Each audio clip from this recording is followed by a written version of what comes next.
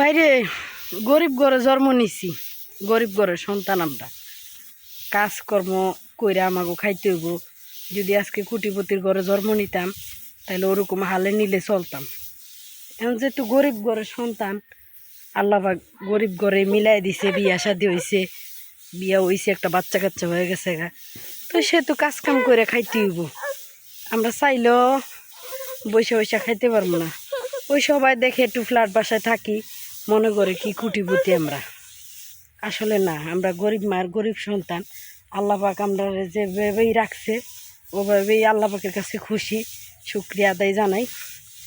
আল্লাহ পাক যদি জন্ম না দিত তাহলে তো দুনিয়ার আলো দেখতাম না। আসলে ভিডিও করতে পারি না, কারণ ভিডিও করতে নিলে অমুকে আইসা পড়ে, তমুকে আইসা পড়ে, এই কারণে ভিডিও করতে পারি না।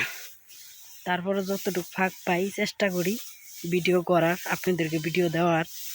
কারণ আপনারা আমাকে অনেক সাপোর্ট করেন, অনেক ভালোবাসেন। সেই ক্ষেত্রে সবার ভালোবাসা পাওয়ার জন্য পাই দেখেই ভিডিও করি, ভিডিও আপলোড করি, ছাড়ি। যদি আপনারা ভালো না বাসতেন তাহলে ভিডিও ছাড়তেও পারতাম না, করতামও না। এই যে রোদ্রে দিয়া ভিডিও করতেছি দেখে দেন কি করতেছে। এখন রোদ্রে দিয়া ওরে কই রাখি, কই রাখি আমি ধানগুলা লাড়া দিই, কারণ শরীরে জ্বালাপুরা করতেছে।